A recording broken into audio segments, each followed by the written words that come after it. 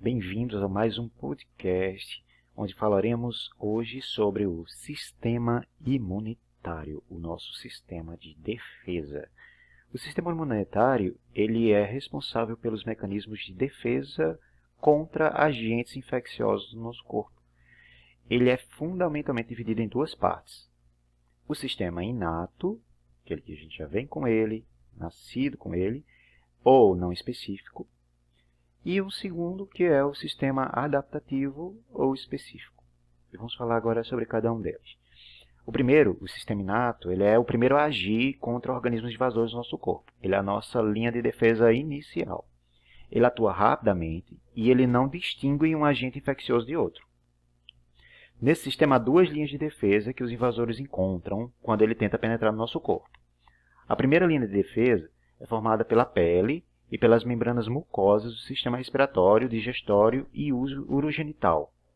Então, se um organismo ele conseguir vencer essas três primeiras barreiras, ele vai encontrar a segunda linha de defesa, que essa é inespecífica. Elas são substâncias químicas e células que matam indiscriminadamente qualquer agente infeccioso que penetre no organismo. Seja vírus, seja bactéria, pequenos fungos, esporos ou protozoários. Ele não especifica. Ele vai atacar todo mundo. Elas agem imediatamente após a infecção. Então, as principais células de defesa que participam desse segundo momento, nós já falamos sobre ela quando nós falamos sobre tecido conjuntivo hematocitopoético. Nós falamos sobre três tipos de células que compõem o que a gente chama de leucócitos. Lembram? Então, dentro do nosso sistema imunitário, os principais são os neutrófilos, os eosinófilos e os macrófagos. Qual a diferença entre esses três? Primeiro são os neutrófilos, que possuem um tipo de característica, que é o fato de eles migrarem dos capilares sanguíneos para o local de uma infecção e eles comerem, literalmente, eles fagocitam e digerem o organismo invasor. O eosinófilo, que é o segundo tipo de célula, é um glóbulo branco que contém grânulos. Ele é um granulócito que produz secreções que são eficientes na desnutrição de certos agentes patogênicos. Então, ele libera uma substância diferente dos neutrófilos que fagocitam esses agentes infecciosos. E, por último, nós temos os macrófagos, que são células ameboides, diferentes dos neutrófilos e eosinófilos, que são nucleadas, com um núcleo bem estranho, que ele forma aqueles lóbulos nucleares. Vocês vão ver isso lá no livro de vocês, vou ver uma imagem.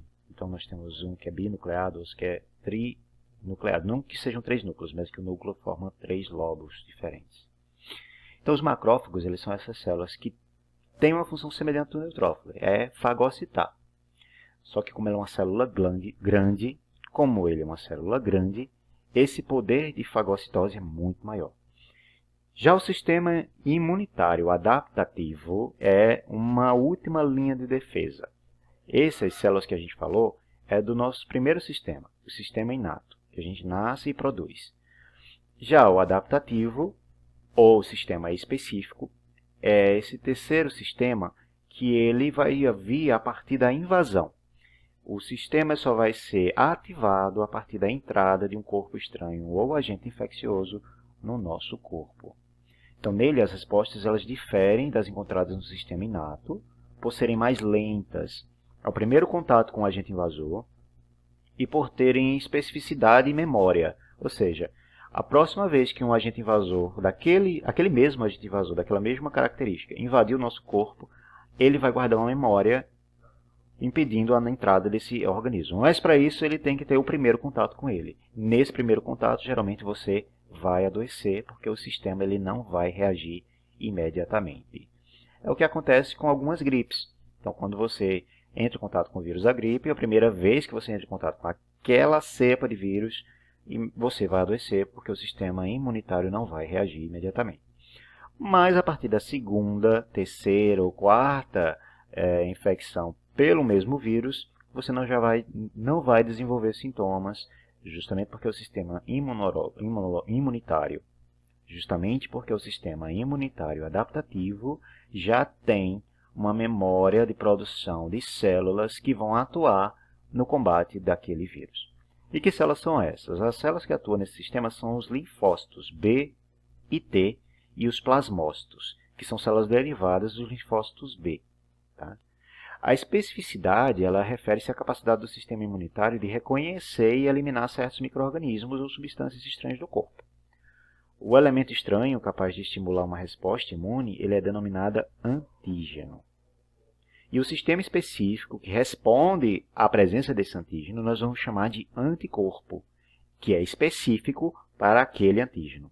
Então, nós produzimos anticorpos para aquele antígeno específico que entramos em contato com ele. Nós nunca vamos ter imunidade adquirida ou adaptativa se não entrarmos em contato direto com o antígeno. Então, os antígenos eles estão presentes nos envoltórios de vírus, bactérias, fungos, protozoários, vermes parasitas e também na superfície de alguns materiais estranhos, como poeira, pólen, tecidos transplantados. Então, os anticorpos eles são denominados genericamente de imunoglobulinas, IG. Você sempre vai encontrar essa denominação quando você fazer um exame. Por exemplo, alguns exames, como por exemplo o exame para você detectar se você tem o Covid-19, um desses exames é a detecção dessas imunoglobulinas. Você vai fazer um teste que é chamado de IgG e IgM. Então, é imunoglobulina G e imunoglobulina M para detecção se você já teve anticorpos ou se você tem anticorpos desse vírus. Porque se você tem, significa que você já entrou em contato com o vírus. Esses anticorpos, eles são moléculas proteicas e, geralmente, eles são representadas graficamente na forma de um Y. Por quê? Porque essa molécula também tem aproximadamente esse formato.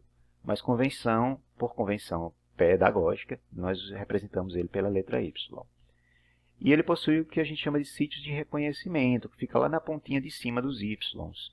Tá? Esses sítios é onde ele vai fazer o reconhecimento do antígeno. Por isso que o anticorpo ele só se conecta a um determinado antígeno. Se não tiver conexão entre esses sítios de ligação, não existe reconhecimento, portanto, o anticorpo não serve para aquele antígeno que invadiu o corpo. Então, nosso corpo é capaz de produzir uma grande quantidade de anticorpos, dependendo da resposta que ele vai dar para aquele invasor. Certo? Então, dependendo da grande quantidade de antígeno, nós teremos a produção de uma grande quantidade de anticorpos.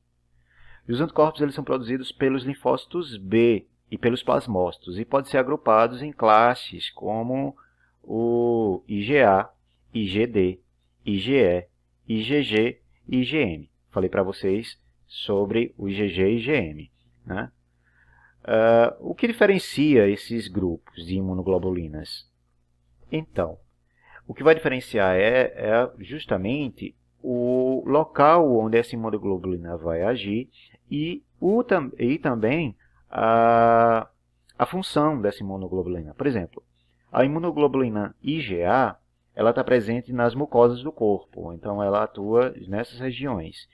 E ela está presente também no leite materno, garantindo o combate inicial a invasores que atuem tanto na mucosa, por exemplo, do nariz ou da boca, quanto no caso do bebê que vai receber o leite materno. Então, se tiver contaminação ali na auréola do peito, quem vai atuar contra esses antígenos é o IgA. IgG ela é uma imunoglobulina que são partes de anticorpos que são produzidos pela mãe e são, como é que eu posso dizer? São transmitidos ao feto, certo? No momento da gravidez e que induzem a produção de outros IgGs no bebê. Já o IgM, ela atua na resposta imunitária específica. Então, IgG, a gente identifica a presença de anticorpos que você tem desde o momento que você nasceu. IgM, ela é o anticorpo específico para a presença daquele patógeno dentro do seu corpo. Então, vamos falar agora sobre a imunização. nós podemos desenvolver dois tipos de imunização: imunização ativa e imunização passiva. O princípio da imunização ativa é que você vai inocular pela primeira vez um indivíduo sadio com uma quantidade de antígeno, fazendo com que o corpo daquela pessoa desenvolva uma resposta imunitária, que a gente vai chamar de resposta primária. Tá? E se esse indivíduo receber uma segunda inoculação, já quando ele digamos, ele se submete à presença daquele patógeno e ele recebe essa segunda contato, nós vamos ter uma resposta secundária, que essa resposta secundária já vai ser resultado daquela primária, ou seja, a pessoa já vai estar preparada para receber aquela quantidade de patógenos na segunda exposição. Esse mecanismo é o mesmo mecanismo que a gente usa para a produção de vacinas, é a vacinação. Tá?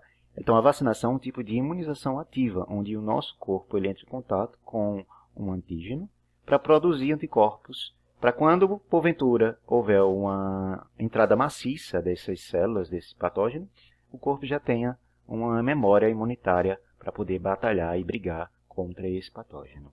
Ok, gente? A segunda é a imunização passiva.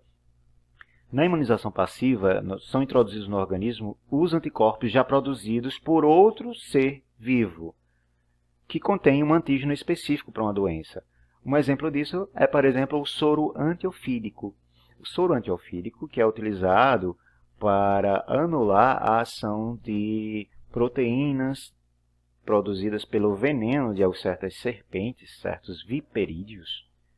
Então, quando você é atacado por um viperídeo e precisa imediatamente ir ao hospital por causa da entrada do veneno na corrente sanguínea, imediatamente você vai receber o que chamamos de soro antiofídico. O que é esse soro antiofídico?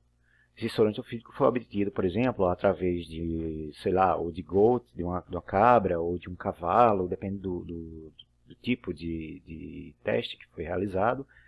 Esse soro é quando você inocula o veneno no corpo de um animal, que tem uma alta capacidade de se imunizar contra ele, como o caso dos cavalos. Os cavalos eles não sofrem o mesmo dano que nós, seres humanos, sofremos quando recebem a inoculação de um veneno de uma serpente.